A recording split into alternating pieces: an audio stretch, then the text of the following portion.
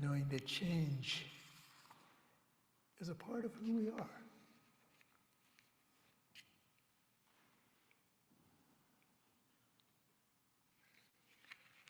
Thank you, Amber.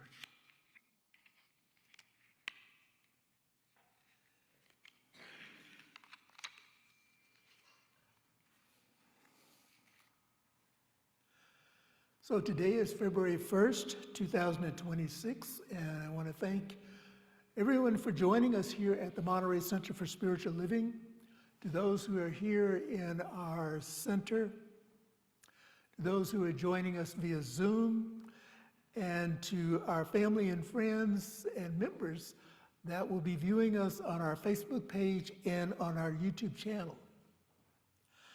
And something that I don't often remember to say, and that is to those who may be viewing us for the first time, we are a New Thought metaphysical philosophy.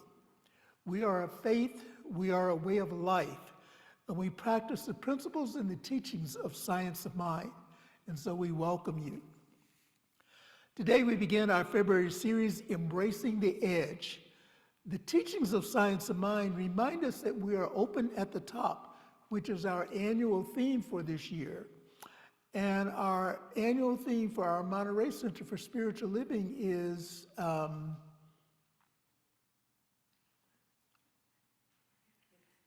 expect the best. I want to say there is enough, and there is enough. We are expecting the best. And so in February, we also continue our daily practice for the Season for Nonviolence from the Association of Global New Thought, 64 Days and 64 Ways. And we are inviting our entire community to join us in those daily practices. And I have asked our tech team to show a PowerPoint that has the website for the Gandhi Institute for the Season for Nonviolence. So I invite you to just go to that website and click on the day for each day of the week. And also in our newsletter, we are publishing a synopsis. Thank you. We're publishing a synopsis of the, Marissa, we'll get it for you. We'll get it for you. Yeah. We're publishing a synopsis of the daily guides for each week. So there's a weekly summary in the newsletter, but the actual day-to-day practice is on the Association for Global New Thought website. So we encourage you and invite you to join along with us. And also, one of our sister communities, in fact, the community that Amber does work with Reverend Jerry, is on their YouTube channel. Reverend Jerry is actually doing the practice. So if you go on there, what is it? CFAM? SEATFM.org with Reverend Jerry Hobby. So go to her YouTube channel. Our Facebook page also has it. Oh, thank you, Amber. Thank you. We are getting together here. I love it. I love it. In addition, February is Black History Month, and we will share during the month impactful practices and faith demonstrated by courageous African Americans who are open at the top and embracing the edge to help co-create a world that works for all. And so our talk today is living on the inner edge, so it's a focus inward. And again, I just want to thank Amber for that beautiful selection this morning, reminding us that everything must change. And guess where the change starts? Within. It's not an outer directed, it's an inner directed change. Ernest Holmes wrote in the Science of Mind textbook on page 271, "The possibilities of the law are infinite, and the law is mind in action." And he goes on to say, our possibilities of using it, the law, are limitless. So the possibilities of the law are infinite, meaning there is no ending, there is no beginning. And our possibilities rest in using this limitless law to bring about what it is that we desire in our lives. And so from a science of mind perspective, the standards of the human race are always changing and shifting from generation to generation, from day to day, and from individual to individual. Everything changes. Nothing remains the same. Yet, the standard for spirit remains timeless, constant, and unchanging in its perfection. Nothing less. Ernest Holmes taught us that when an individual's thinking becomes detached from the world and elevated to that of spirit, then our standard shifts from imperfection to perfection. This is the true norm. No matter what the current circumstances are, everyone has access to perfection, even in the smallest details of their life. And when Ernest refers to perfection, he's not talking about the standard in the human that we set up for perfection, that everything has to be perfectly aligned and laid out and balanced and feng shuied and everything else that goes with that idea or concept of perfection. Holmes is talking about the spiritual perfection, this divine idea that we are created out of, that perfect life of an intelligence of the creative spirit. This is what we are as individualized expressions of it. So therefore, as being one of God, one in God, one with God, we are perfect in the mind and the eye of spirit. So this is what we're talking about.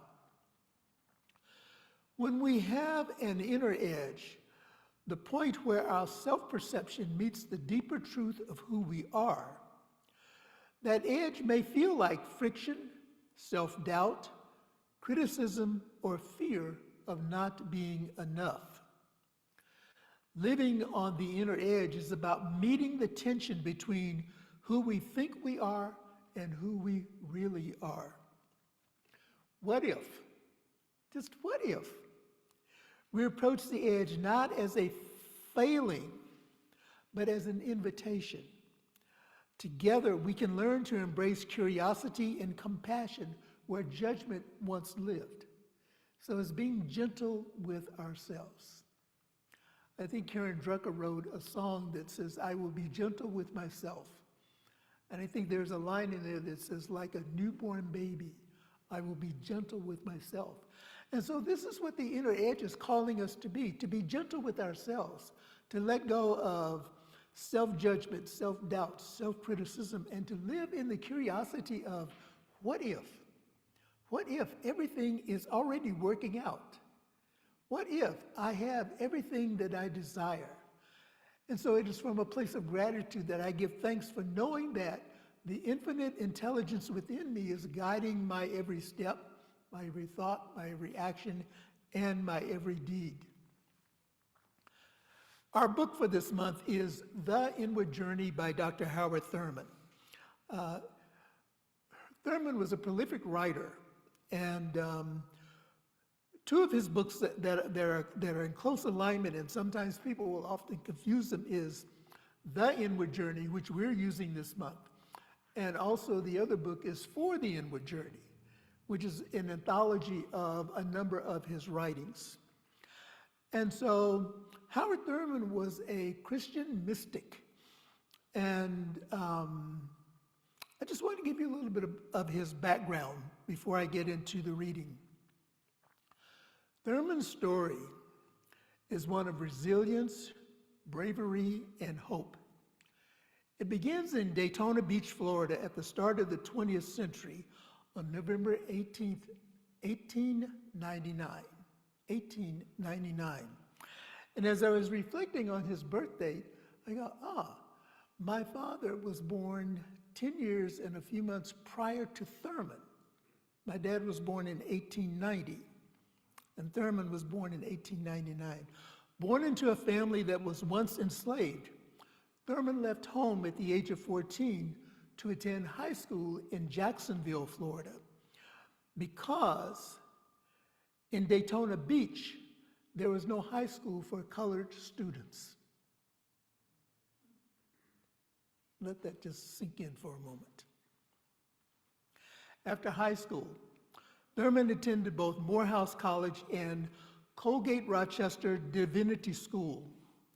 And by this time, the boy who couldn't get into high school in his hometown had become the valedictorian in his college classes. Now, there are two words that I used in this description: colored and boy. That was the accepted terminology of the social construct at that time. Fast forward, everything must change. Using those terms in describing an African American or a black person are offensive. And I have been in situations where unknowingly and unconsciously the word boy has been used. And I tell you, the hairs on my back rose up. And I remember I was in one setting and someone saw my reaction to that. And it's someone who knows me quite well, so they grabbed me by the collar and they just said, "Settle down." Brought me back to center. I just want to offer that for you as a context, to be mindful of the language that we use, to be mindful of how we describe one another, to be mindful of the labels that we use. A very good friend of mine said, "Put labels on cans and not on people." And so locally, Dr. Thurman had an impact in San Francisco. In 1944, he co-founded the Church for the Fellowship of All Peoples in San Francisco, an interracial congregation intentionally formed to break down barriers that divided people based on race, color, creed, or national origins. And I had the opportunity to attend the Church of All Faiths with some friends many, many years ago. One of Thurman's writings, The Moments of My High Resolve, influences the foundation for my ministry as I move forward. And so to learn more about Dr. Howard Thurman, I invite you to visit the Boston University website, which is where he served a number of years. Just on the internet, go to Boston University and then click on Who is Howard Thurman? The Howard Thurman Center for Common Ground, and this will give you some more information about him. And I want to share with you the reading this morning, The Quest for Meaning. And I invite you, as you listen to these words, remember Thurman was a Christian mystic, living in parallel times with Ernest Holmes, but I don't believe the two knew each other. But I want you to listen for the metaphysical parallels and to see where we're all interconnected with one another. The quest for meaning. Fierce indeed is the grip by which we hold onto our lives as our own private possessions. The struggle to achieve some sense of individuality in the midst of other people and other things is grim. We're always surrounded by persons, forces, and objects which lay siege to us and seek to make us means to their ends, or at least to their fulfillment. The demand is ever present to distinguish between self and the not self. There are moments of enthusiasm when, with mounting excitement, we absorb ourselves into something beyond ourselves.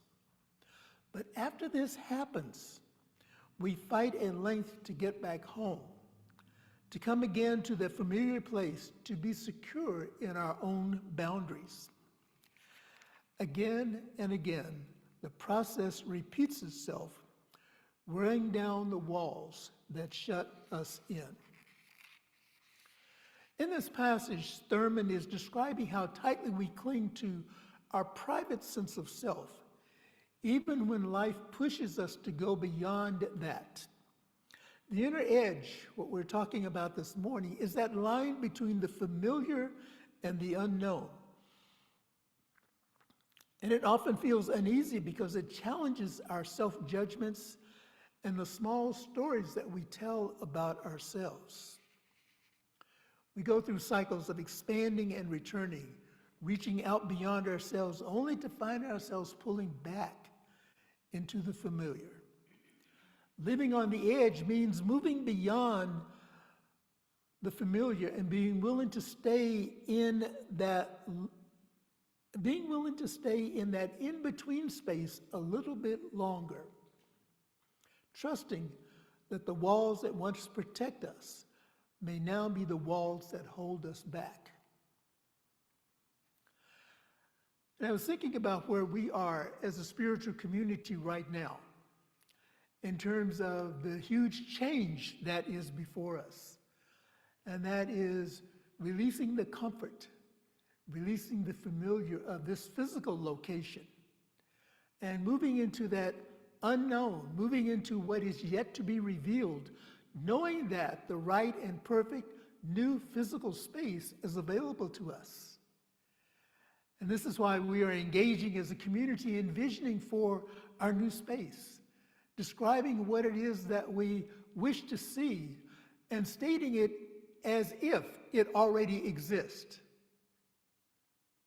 So we're looking for that space, we're seeking that space, and that space is also seeking us, where we gather and create the beauty, the physical beauty, the spiritual beauty. We create a context for those sacred moment experiences as we have each time we come together.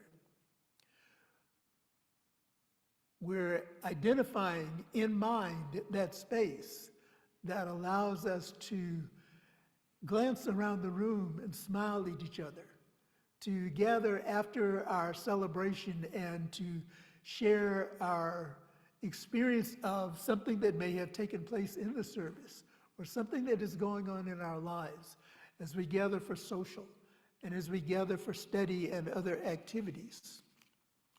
Ernest Holmes reminds us that although human standards fluctuate and sometimes fail, Spirit recognizes only perfection. This is what we are accepting as we are in this place of growth. We're in this place of expanded opportunities. We're knowing that the perfection of the new physical space is already ours. And we are prepared to move into it and to fill it and to expand it. This isn't a call to pretend that we're perfect. It's an invitation to see ourselves through the lens of divine wholeness. When we align our thoughts with Spirit, we begin to dissolve the harsh, shifting standards of the race. And I'm talking about race consciousness. And we rest in a deeper, unchanging truth, knowing that we are already enough, just as we are. Science of Mind teaches us that our true nature is already whole and perfect, even if we don't fully believe it.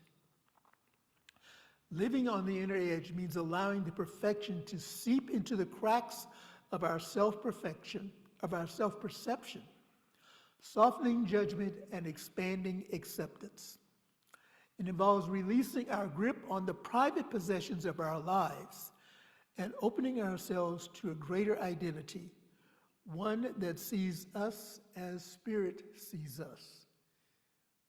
We move to that place of recognizing that as I see myself, Spirit sees me as I see myself, because there is no point where Spirit stops and I begin, or I stop and Spirit begins. We're all part of this creative circle of life. And so in conclusion, Thurman shows us that this stretching and returning is part of our human rhythm, the rhythm of life. And I'm reminded, especially here, living on the bay, where we witness the tide going out, the tide coming back in, the rhythm of life, the rhythm of everything moving in synchronicity. Holmes reminds us that Spirit's standard is always perfection.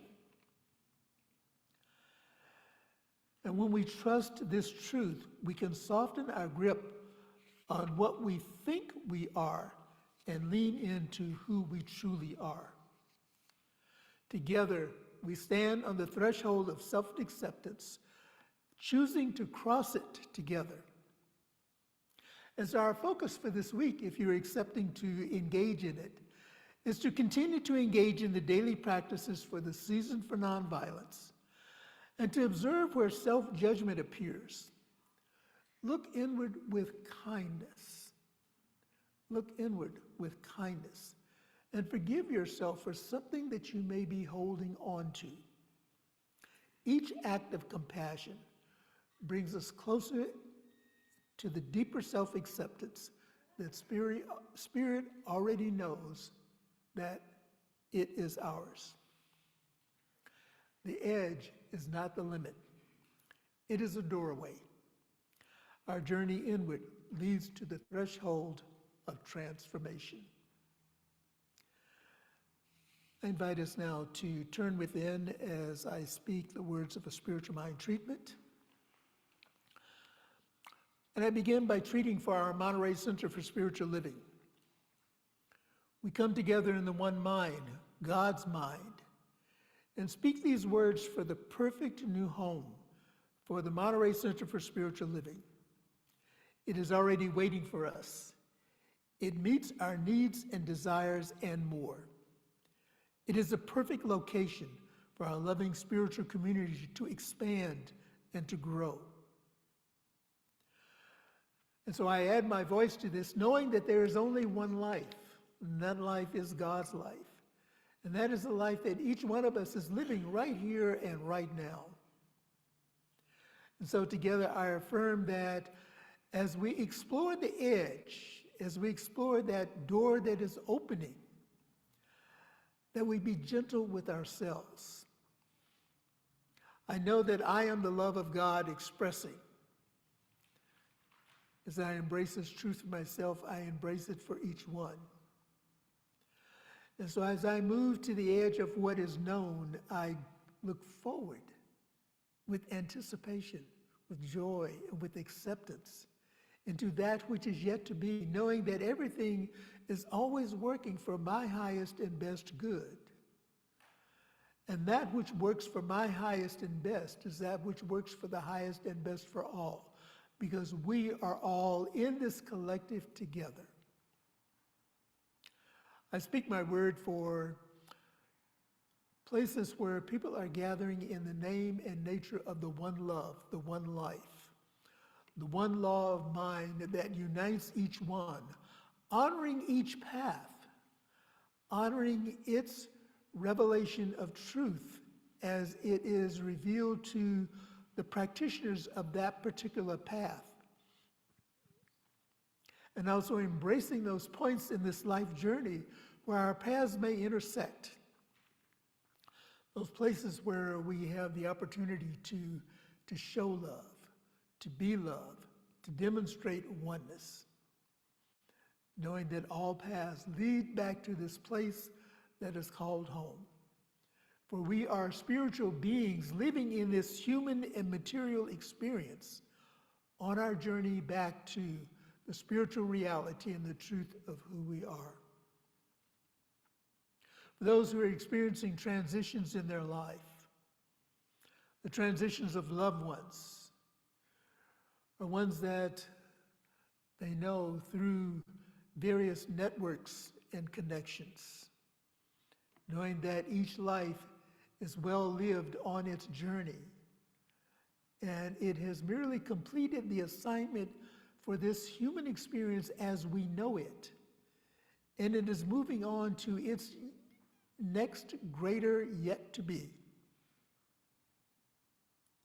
And so I give thanks for the memories that we hold, for the love that is shared, and for that which unites us all in one. And for this and so much more, for those prayer requests that we hold deep within our hearts, knowing that the answer is always yes and amen. I release this word now into that activity of the law of mind, knowing that it is propelled into action by love.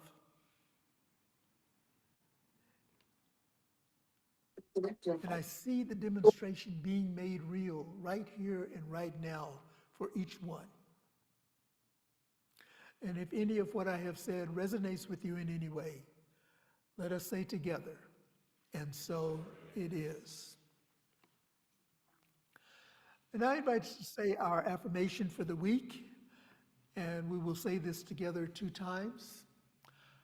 I courageously explore the edges of our inner world, welcoming discomfort as the birthplace of growth. I courageously explore the edges of our inner world, welcoming its discomfort as the birthplace of growth.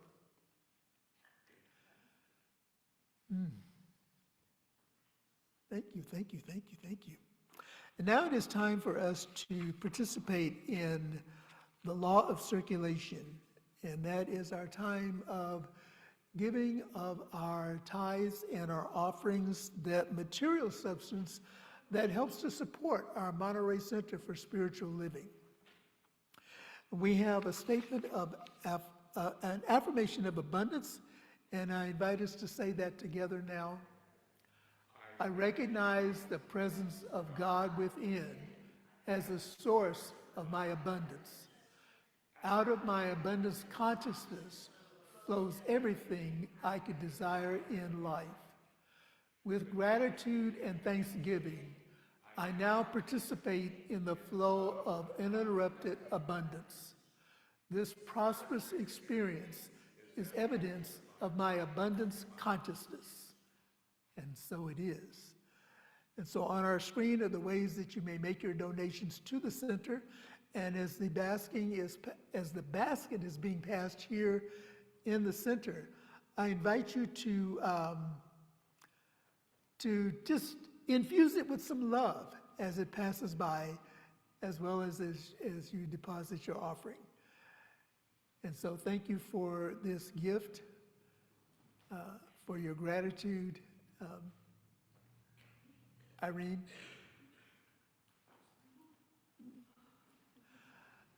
And just a quick reminder, I'm going to ask Amber if you can get back to the Season for Nonviolence screen again.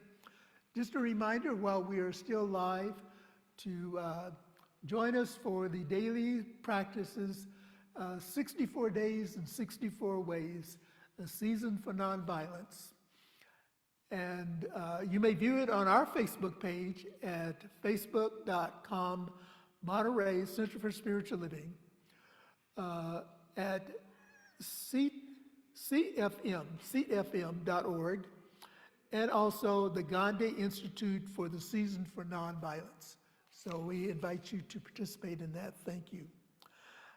Next week, we invite you to join us as we welcome our guest musician and speaker, Carrie Hillary, a longtime friend of our center and has not been here in a while. Carrie will explore the powerful practices of faith, supporting a push through our discomfort as we show up and continue our work in today's world. Also on next Sunday, following our celebration gathering from 12 until 2, you're invited to participate in Soul Collage with Denise Kaku. Soul Collage will meet in the Sunshine Room. And last week I announced that today, following our gathering, we would have a new member orientation, truth, time for full confession. I'm not prepared. And so we will have the orientation on the third Sunday, which is February 15th. Following our little social time together, and we'll meet in the Sunshine Room. And so today, you're invited to join the Science of Mind textbook discussion group in the fellowship area after our social hours. So we have activities here for you to be a part of. And to our viewing community on Facebook and YouTube, we thank you, we love you, we appreciate you, God bless you, and we will see you the next time you join us.